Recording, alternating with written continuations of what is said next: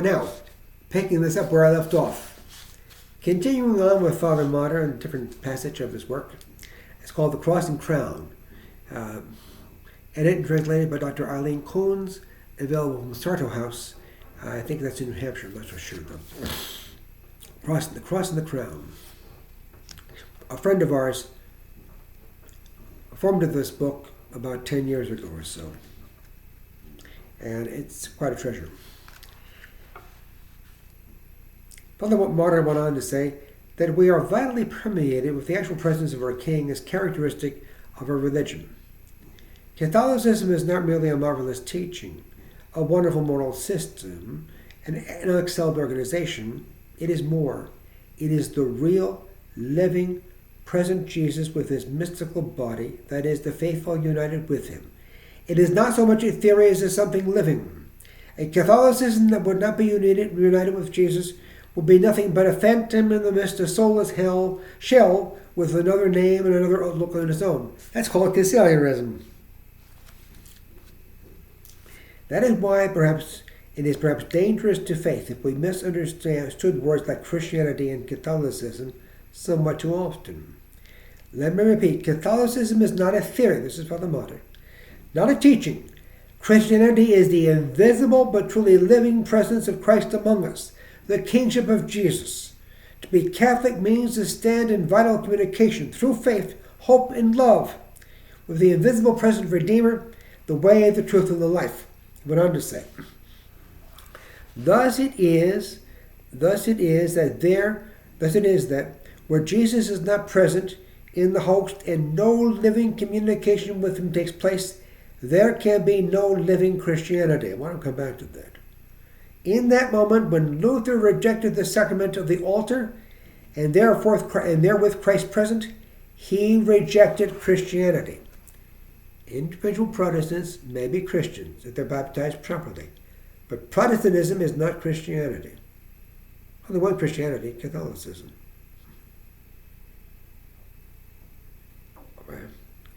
In that moment, when Luther rejected the sacrament of the altar, and therewith Christ present, he rejected Christianity. You see conservative and pro-life websites referring to Christianity, Protestants as Christians. Well, that may be. But they're no pastors. No one other than a true Catholic priest has a mission from God to serve souls. But this is an aside, and you know I do asides in writing and my speaking. Let me go back to this, because it's not unrelated to what I'm saying. Thus it is that where Jesus is not present in the host and no living communication with him takes place, there can be no living Christianity. This applies to the counterfeit church of conciliarism as well, because there's no living host. Therefore, there can be no true living Christianity, which is why what's going on over what just concluded in Rome is of God. Once you lose our Lord in his real presence, even though you think you have it, once you lose that, you will try to conform, you will try to project onto God what you think God wants, what you think God is, and all too frequently, as we're seeing now, what the people want, sovereignty of the people, and the synod, according to the synodal path. They want God to conform themselves to how they live and what they want, rather than what he has revealed and what he has commanded. It's that simple. That's conciliarism. Condemn, and so many times brought up two popes, but also by Pope Pius XII in an allocution he gave to the 30th General Congregation of the Society of Jesus on September 14th, the feast of the Exaltation of the Cross. In 1957, just a little over a year before he died, he warned them that there are some among you who want to conform moral theology, Catholic teaching, to how people actually live rather than how they ought to live. That's Bergoglio, Jorge Bergoglio, Victor Manuel Fernandez, and everyone else.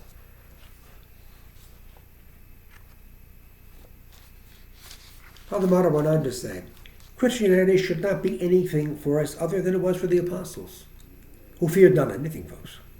A living relationship with Jesus present.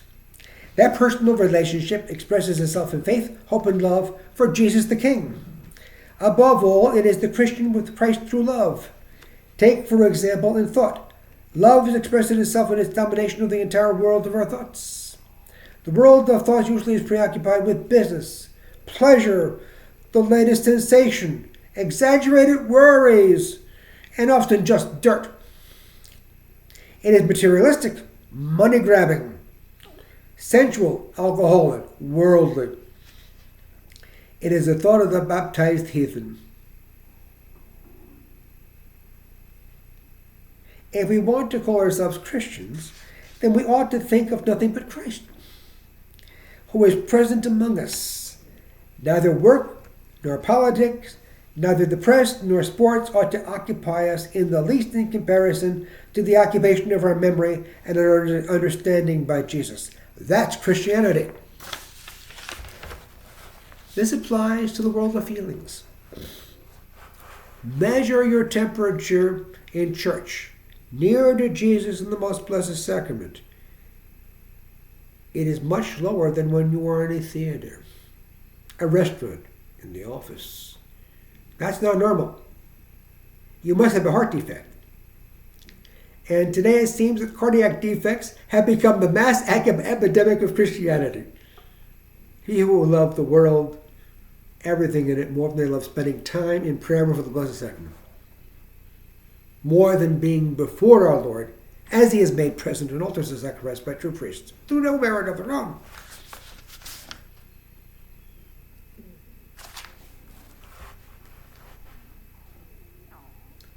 We love everything not only for Jesus. I repeat, that's not normal. That's Father Motter. A patient whose temperature is sunk so low is very ill. Christianity is the Christian with Christ, not only with his thoughts and his feelings, but in all his doings, he must be with our Lord. The church, the house where Jesus lives, ought to be a stronger attraction for every genuine Christian than any other house in town, even during the week. Tell me where I can find you most often, and I will tell you who you are. There's an old Irish limerick that goes something like this. Whenever you pass by a Catholic church, make sure you go in to visit. That way, when you die, God won't say, "Who is it?" Obviously, that's not possible these days. But where is it? The true presence for the Lord, then by all means go in.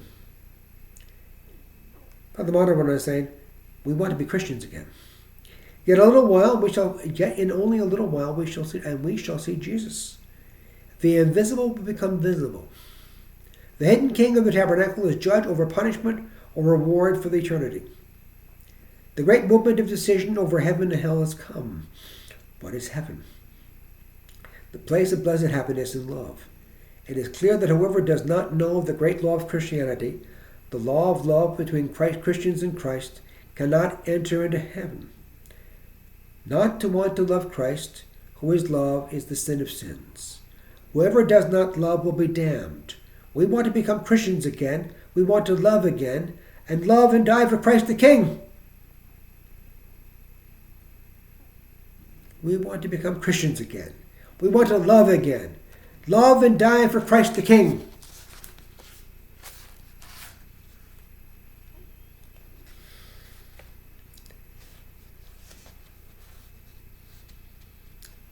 Father Motter, sinners that we are, we must live and die for Christ the King.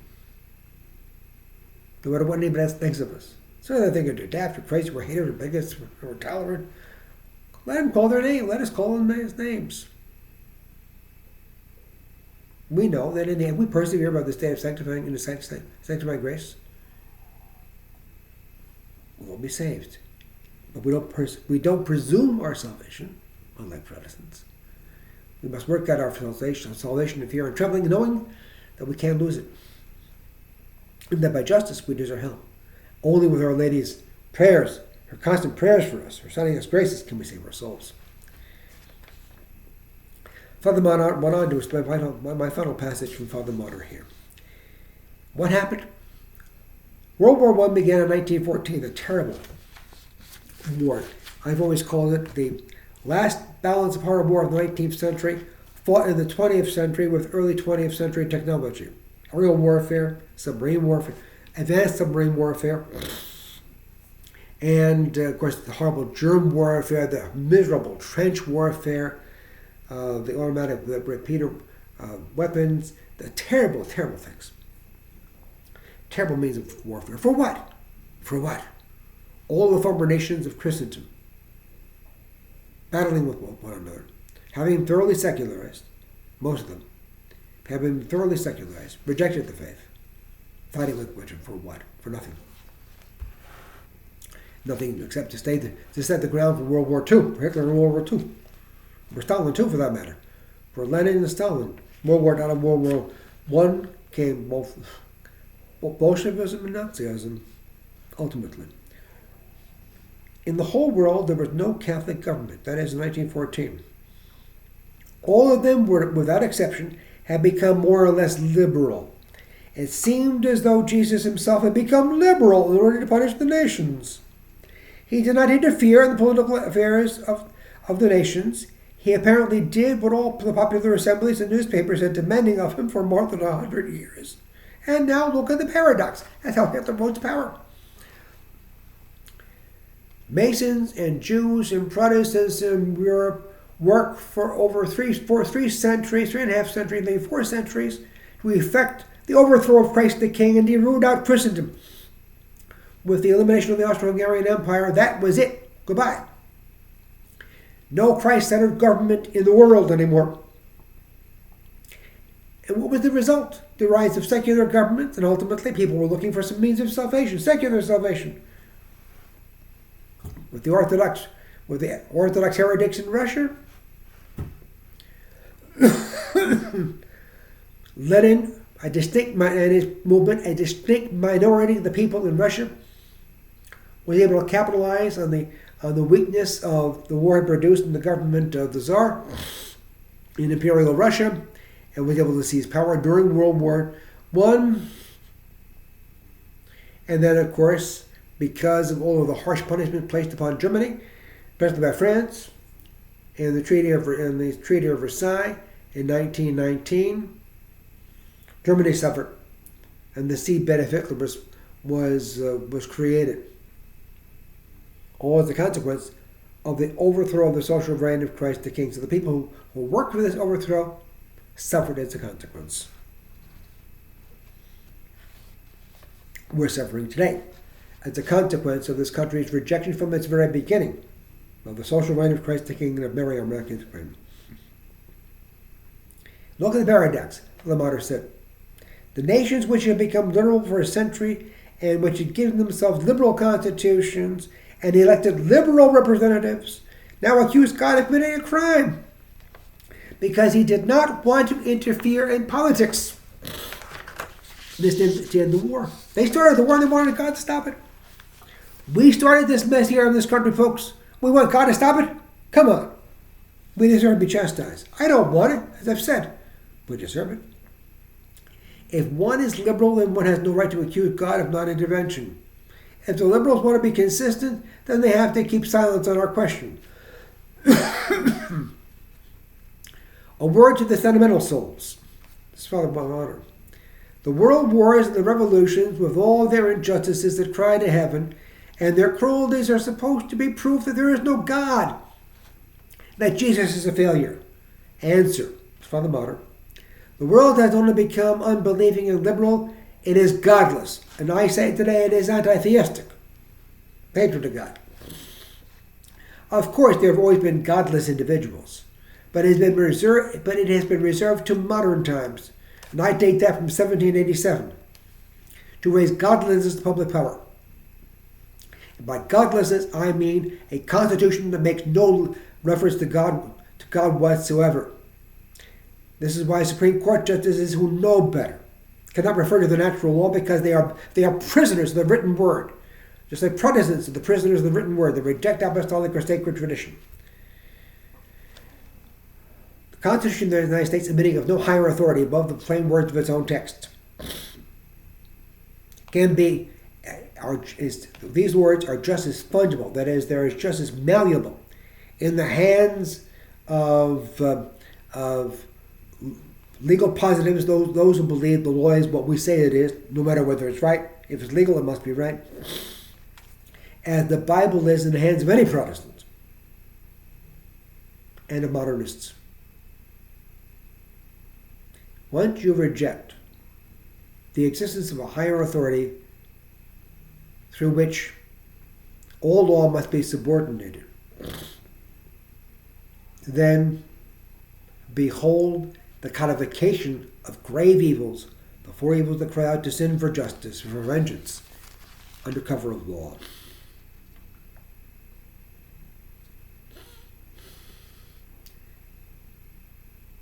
As Father Martyr said, the world does not only become unbelieving and liberal, it is godless. Of course, there have always been godless individuals, but it has been reserved to modern times to raise godlessness to public power. And what is worse, godlessness has turned into actual glowing hatred of God. It became a fury. Mankind fell upon God in order to strangle him, kill him, and eradicate him. It's being done today. Whoever casts a glance into the secrets of modern Freemasonry knows that we are not exaggerating. Freemasonry is the secret government behind most of the earth's governments. What we are experiencing since the French Revolution is the radical, implacable, irreconcilable war against God, the revolution of earth against heaven. If this is the case, what did God have to do? All graces have been thrown to the wind, all warnings were ridiculed. The world had become unteachable and incapable of conversion. God's mercy and patience were taken as excuse for more impertinence and new ridicule. And it must be emphasized that we stood for it, and we stand for it yet today in this country, folks. We watched the outbreaks of hatred against God and had no laws and no courts with which to defend the rights of God and His Christ. We made ourselves accomplices, and we do this today.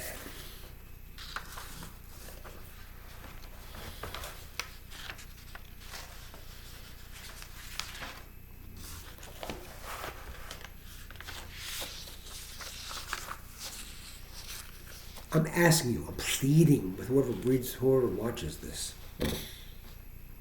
Put aside the agitation.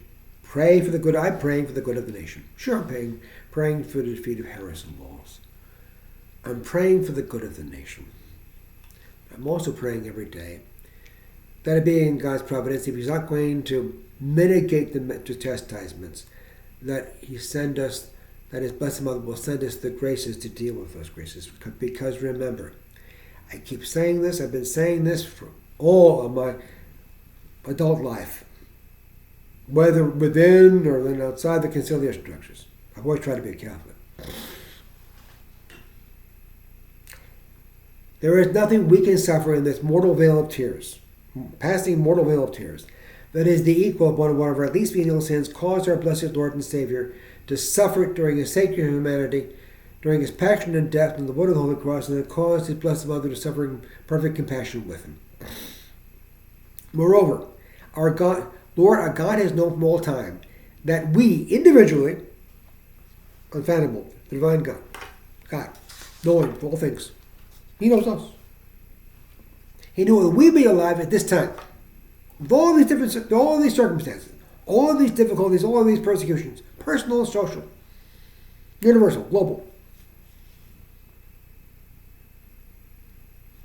Which means the graces His divine Son won for us are more than sufficient for us to handle these problems, to endure upon them, to save our souls within them, to carry our cross without complaint, with love, with joy, with equanimity, with ingratitude for the crosses that have been given to us. God has known this would occur, hasn't He? Let's examine some fundamental truths now, which I've written about in my life, in my articles. But I want to emphasize right now here as well, in the midst of this agitation. Consider these words of Silvio Cardinal Antoniano, who was the Latin secretary to St. Charles Borromeo, and as quoted by Pope Pius XI in his encyclical letter in the Christian Education of Youth Divinis Illis Magistri, December 31st, 1929. The more closely the temporal power of a nation aligns itself with the spiritual, and the more it fosters, and promotes the latter, by so much more it contributes to the conservation of the Commonwealth. For it is the aim of the ecclesiastical authority, by the use of spiritual means, to form good Christians in accordance with its own particular end and object. And in doing this, it helps at the same time to form good citizens, and prepares them to meet their obligations as members of a civil society. This follows of necessity. Let's go over this. For it is the aim of the ecclesiastical authority not to hold civil office. Catholics do not believe in theocracy.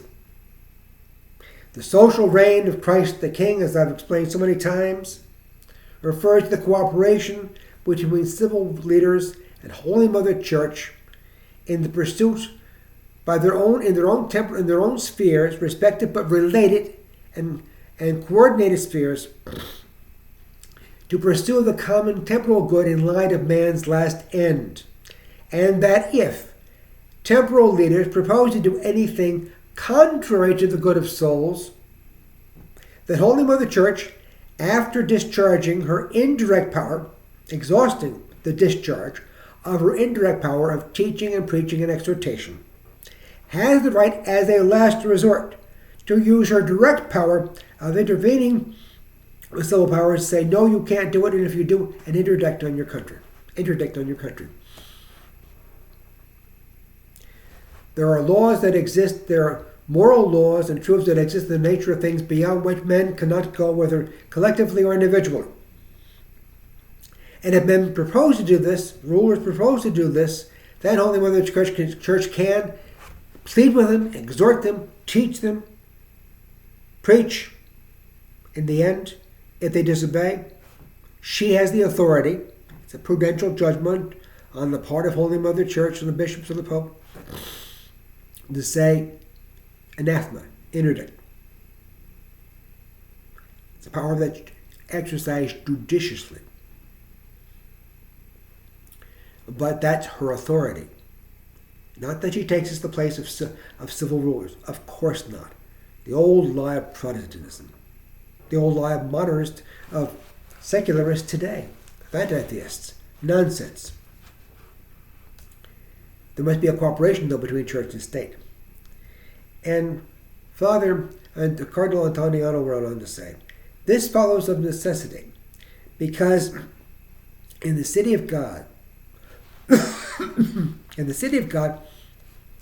Holy Roman Catholic Church, the city of God is the Holy Roman Catholic Church.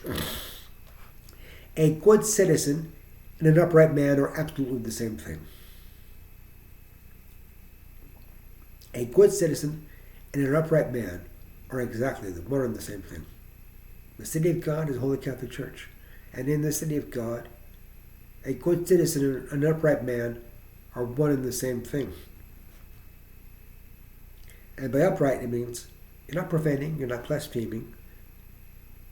People may do this, they go to confession and repent. You do it habitually, you're not an upright man. And you can't rule, and you're blinded. Your intellect is blinded, your will is weakened. You cannot make proper judgments. I'm not going to get into particulars now, but Trump, Harris, I've only done none of this. I'm going to focusing now on truths, on principles. Help people escape from the madness of this time. How grave, therefore, is the error of those who separate things so closely united, and who think they can produce good citizens by ways and methods other than those which make for the formation of good citizens. For that human prudence say what it likes and reason as it pleases. It is impossible to produce true temporal peace and tranquility by things repugnant or opposed to the peace and happiness of eternity. Let me repeat that. For let human prudence say what it likes and reason as it pleases. It is impossible to produce true temporal peace and tranquility by things repugnant or opposed to the peace and tranquility, peace and order of eternity. It is impossible to produce true temporal peace and tranquility by things repugnant or opposed to the peace and happiness of eternity. Admitting that there are exceptions, and that one must accept the exceptions. The availability of human life, in his human life, is opposed to the peace and happiness of eternity. To believe that we have to fund and support in vitro fertilization and contraception is opposed to the peace and happiness of eternity. Now, of course, everything Harris and Walls, everything they stand for is opposed to the peace and happiness of prosperity. We know that. But do not believe in the political, as I've been saying for years and years and years, the political equivalent of the tooth fairy, of the Easter bunny. Do not think that if Trump gets elected, all's going to be well. We can't make any country great again if its people persist in serious sins.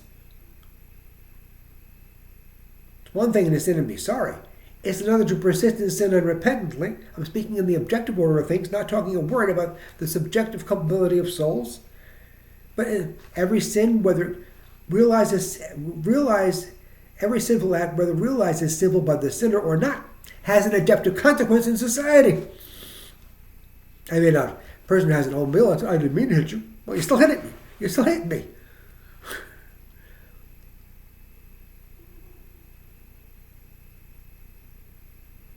Justice exalteth a nation, but sin maketh nations miserable.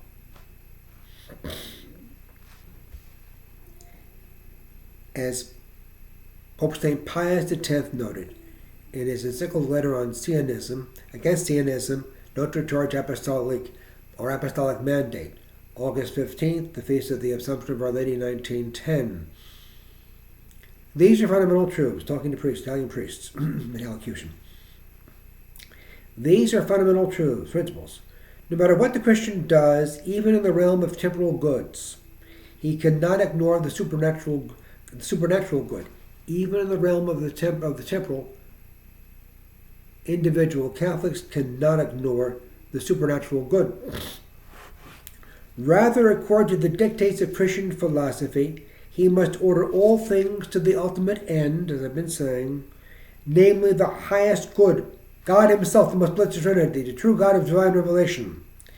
All his actions, insofar as they are either morally good or bad, that is to say, whether they agree or disagree with the natural and divine law, are subject to the judgment and judicial office of the Church.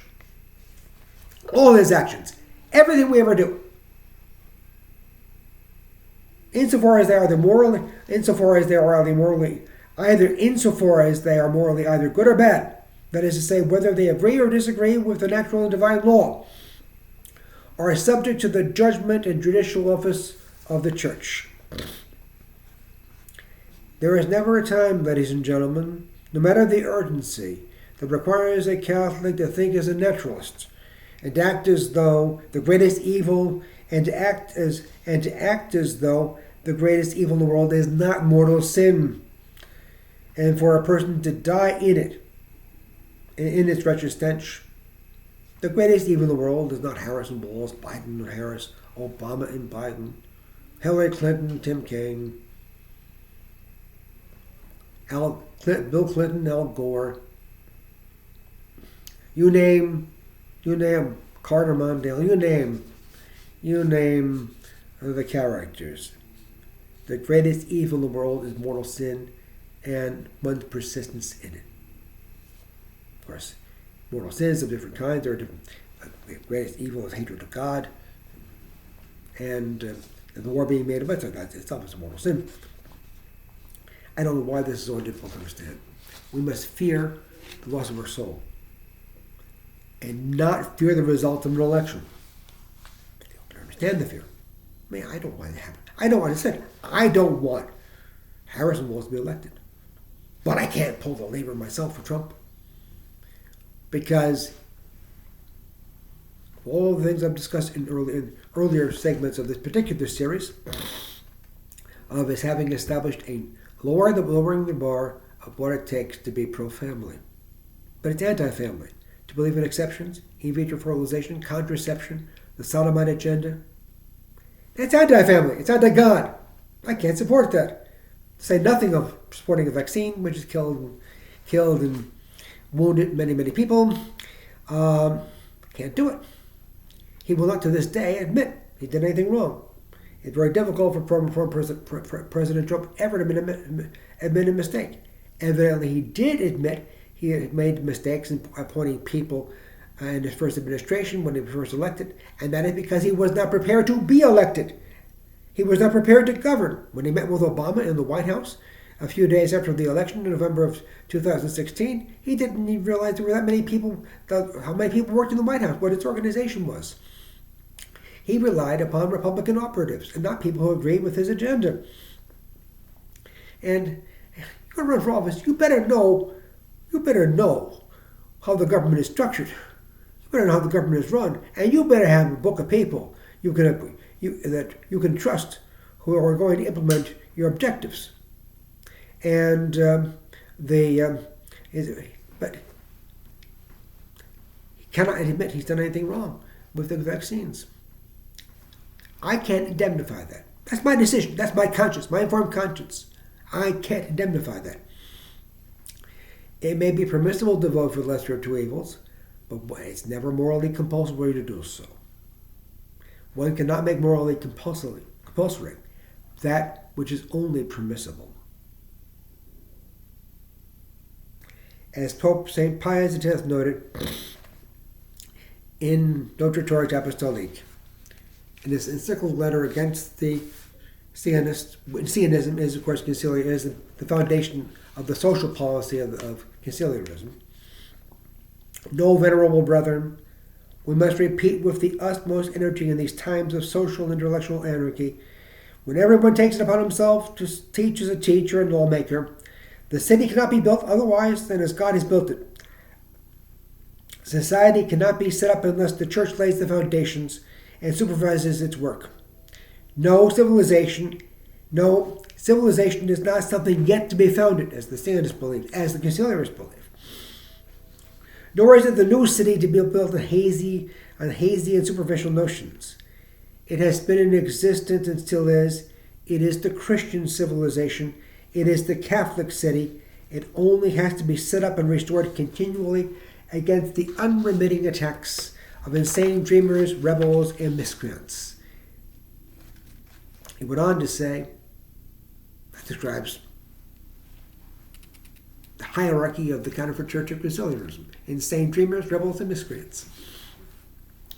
Here we have, founded by Catholic, meaning the Sion, an interdenominational association that is to work for the reform of civilization, an undertaking which is above all religious in character, for there is no true civilization without a moral civilization, and no true moral civilization without the true religion. It is a proven truth, a historical fact. You believe otherwise? God bless you. But there is no true civilization without a moral civilization, and no true moral civilization, and there can be no true moral civilization without the true religion. It is a proven truth, an historical fact. You want to disagree with Pope St. Pius X? Well, you go right ahead. I'm going to adhere to what he says, and that's why I do what I write. I'll close this segment now. I'll come back to it shortly. And once again, pray your rosaries every day. Pray for the day. Pray for the restoration of a true Pope on the throne of St. Peter.